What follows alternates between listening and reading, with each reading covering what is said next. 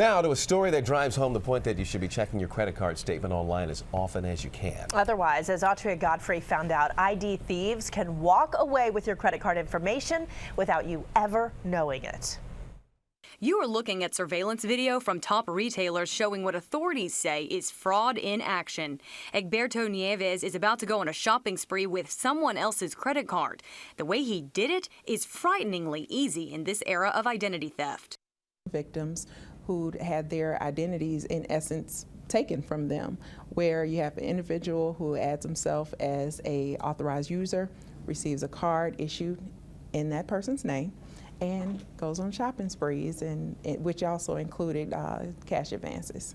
Most victims didn't realize that their accounts had been hijacked until they received their paper statements in the mail. That is, if they received their paper statements. There's a whole nother twist to this scam, and that's why bank officials say it's very important to closely monitor your account activity online.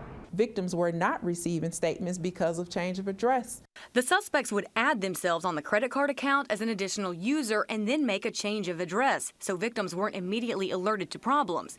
In this case, Nieves made good use of time purchasing electronics like smartphones, a laptop, Michael Kors purses, even a 65-inch television. The vast majority of a lot of the transactions were cash advances, where the suspect was actually able to go into different banking institutions and obtain cash advances. There are 10 victims so far, with losses exceeding $25,000, but investigators are convinced both numbers could grow.